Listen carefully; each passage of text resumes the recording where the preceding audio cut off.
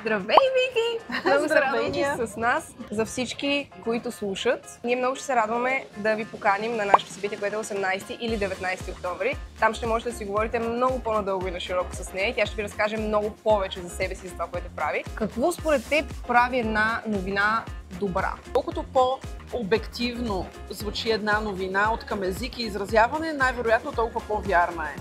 Според теб, важно ли е учениците и младежите като цяло да отразяват новини и също как го правят без да влагат емоциите и всичките хормони, които бушуват в тях? Училищният вестник има много важна роля. От една страна е, разбира се, всеки да бъде информиран или възможно най-много хора да бъдат информирани с това какво се случва в тяхното училище. От друга страна, всъщност е ценно заради създаването на общност.